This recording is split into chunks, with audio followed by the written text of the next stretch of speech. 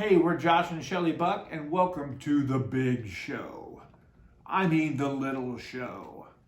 I mean the show that you can watch on the John, and what you are doing is probably more interesting than what we are. If you watched our last video, we shared about the death of our daughter.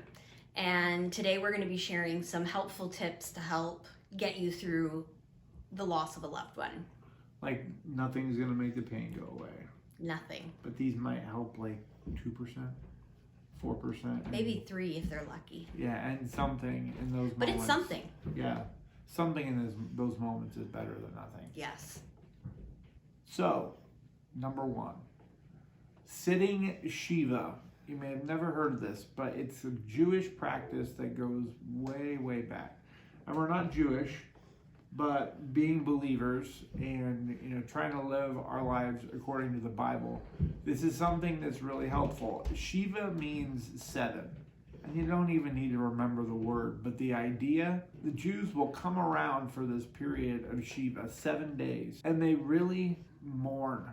They sit with each other. They've been doing it, since early biblical times, that when they lose someone, they will just gather around and won't try to say helpful things. They used to hire professional mourners that would just cry. We don't suggest that. But there were 2 guys that I hadn't seen since college, so for probably 5 or 6 years, that I had barely seen them. They lived somewhat close by, and they showed up one day, and I was nervous, like, am I going to have to entertain them? But they didn't try to say anything. They just sat with me on the basketball court. I felt supported. They weren't trying to fix me or fix the situation, but they just sat with me. That's something that you can definitely use, is if someone that has lost someone, don't go try to fix it, just try to sit. And if you've lost someone, encourage people to just be with you and to bear each other's burdens. Just sit. Number 2, people grieve differently. Everyone grieves in their own way. There's no right or wrong way. Just give each other grace. Some people will cry. Some people will laugh. Some people want to talk. Some people don't. Whatever the case may be, just give each other lots of grace. There were a couple people in our family that just cried and cried. I was like, hey, I'm dad, and you're like garnering more attention that I'm getting. And I remember being kind of bitter at first, and it wasn't for a couple of months that I kind of realized, okay, they're grieving differently. They're not intentionally trying to get, more attention. Right. So yeah, people grieve differently. Couples, do your best to grieve together. I mean, this was something, we had a couple really serious conversations. Yes. Before we even went to counseling. Yep. Must have been your idea. We have to grieve together. Yes. But we were like, okay, this could seriously be a wedge that would destroy our marriage. We have to be open with each other. We have to say the hard things that we're thinking. Yeah. We weren't allowed to bottle those things up. I felt guilty because I put the fan in the window that killed Ava. I felt guilty because I didn't hear the fan fall, and I had her monitor on me. And it sat there in the window for 3 or 4 months, and then one day it wasn't in the window anymore. So we spoke those things from the very beginning. Yeah. You're trying to get going. Well, because number 4 is don't bottle things up. Yeah. Bring dark thoughts to light. Yeah. They lose their power there. When it's kept inside, it sustains a power over you that isn't meant to have. And so sharing those dark thoughts, bottling those things up is not good for you. So share those dark thoughts. I remember you told me about the horrific scene that you saw when you were holding Ava, looking into that mirror, and what she looked like and how horrifying that was, and how it was like an out-of-body experience. Absolutely. Looking in that mirror, holding your last video, you just came out and said, holding my dead baby. So yeah. That's what happened.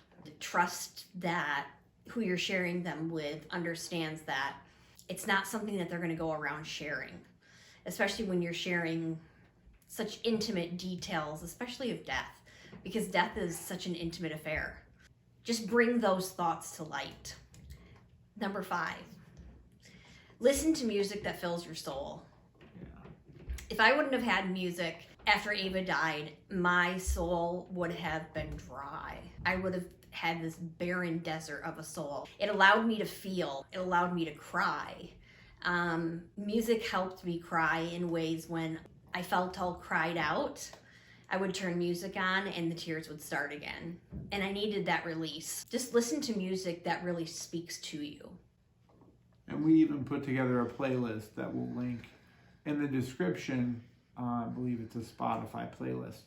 That Christ was resurrected, and the power of that death is what gives us the opportunity to be free of our sin, to live a life on earth that is set apart and different and more beautiful and more joyful, but it also gives us a promise of eternity. And in conquering death, he gives us the ultimate victory.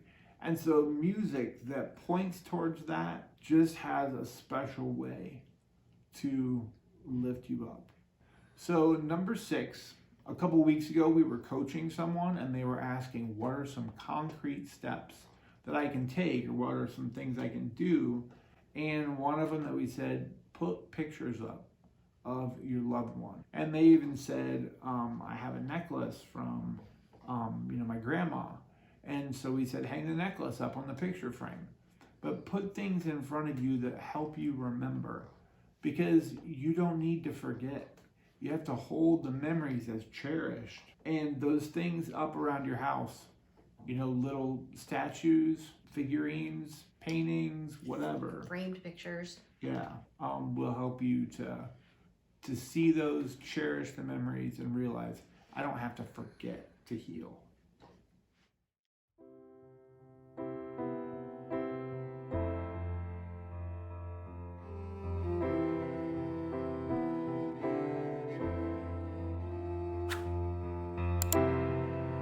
Blonde-haired girl from across the room